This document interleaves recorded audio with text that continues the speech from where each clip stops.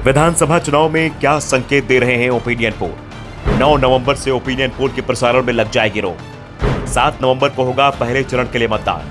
5 राज्यों में विधानसभा चुनाव की शुरुआत 7 नवंबर को पहले चरण की वोटिंग से हो जाएगी।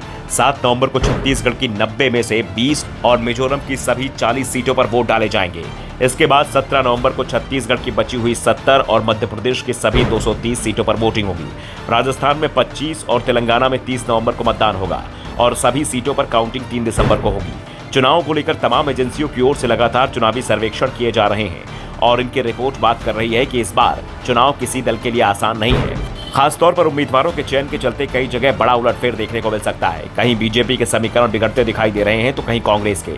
हाल ही में आए 3 बड़े न्यूज चैनलों के सर्वे को देखकर एक बात साफ है कि इस बार हर राज्य में कांटे की टक्कर दिखाई दे रही है। राजस्थान में जरूर बीजेपी को बहुमत की संभावना बताई जा रही है तो छत्तीसगढ़ में कांग्रेस को मजबूत बताया जा रहा है।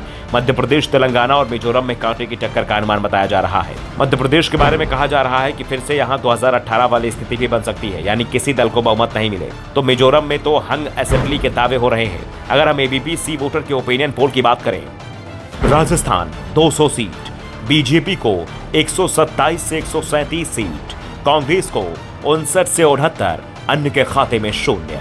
छत्तीसगढ़ कुल 90 सीटें, बीजेपी के खाते में 39 से 45 जाती हुई दिखाई दे रही है तो कांग्रेस के खाते में 45 से 51, अन्य के खाते में 0। मध्य प्रदेश 230 विधानसभा सीटें, 113 से 125 बीजेपी के खाते में, 102 से 116 कांग्रेस के खाते में, अन्य के खाते में 0।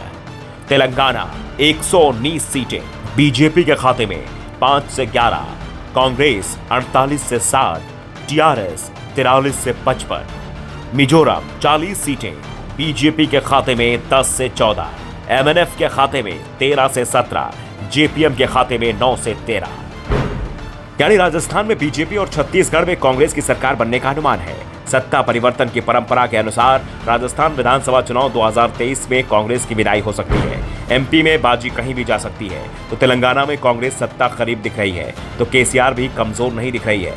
मिजोरम में किसी को बहुमत नहीं मिलता दिख रहा है, जबकि इंडिया टीवी सीएनएक्स के ओपिनियन पोल में राजस्थान 200 में से बीजेपी के खाते में 125, कांग्रेस के खाते में 72, 3 अन्य के खातों में। छत्तीसगढ़ कुल सीट 90, बीजेपी 38, कांग्रेस 50, 2 अन्य।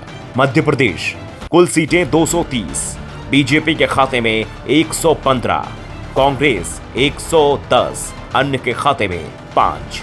मिजोरम कुल सीटें 40, 19 एमएनएफ, 14 जेपीएम, 5 अन्य।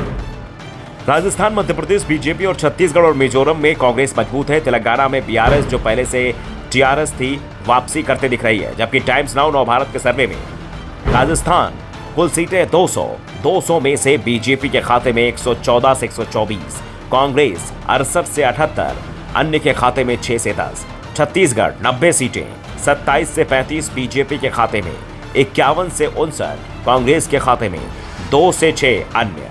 मध्य प्रदेश 230 सीटें, 107 से 115 बीजेपी के खाते में, 112 से 122 कांग्रेस के खाते में, 1 से 3 अन्य सीट मिलती दिख रही है। यानी मध्य प्रदेश में मुकाबला बेहद टफ है। 2 सर्वे बीजेपी को आगे बता रहे हैं तो 1 में कांग्रेस आगे दिख रही है, जबकि राजस्थान में तीनों ही सर्वे बीजेपी को तो छत्तीसगढ़ में कांग्रेस की सरकार बनते हुए दिखाई दे रहे हैं, जिससे साफ है कि एक बार फिर सभी की निगाहें मध्य प्रदेश पर ही रहेंगी। वैसे तेलंगाना को लेकर भी अभी कयासबाजी ही चल रही है, क्योंकि पिछले कुछ दिनों से इस राज्य में कांग्रेस तेजी से मजबूत हुई है। बीआरएस और कांग्रेस के बीच कांटे का मुकाबला हो सकता है और संभावना ये भी बन रही है कि बीजेपी किंग मेकर की भूमिका में दिखाई दे सकती है। सिर्फ राजस्थान और छत्तीसगढ़ में ही सर्वे बता रहे हैं कि यहाँ मुकाबले की तस्वीर कुछ हद तक चुनाव से पहले साफ हो रही है। राजस्थान अपने रिवाज के साथ ही जाता दिखाई दे रहा है। अशोक गहलोत की तमाम योजनाओं को जनता ने किनारे कर दिया है तो दूसरी ओर छत्तीसगढ़ में भूपेश बघेल की योजनाओं के चलते उसकी वापसी के आसार दिखाई दे रहे हैं। Bureau report, the Navdarpan news.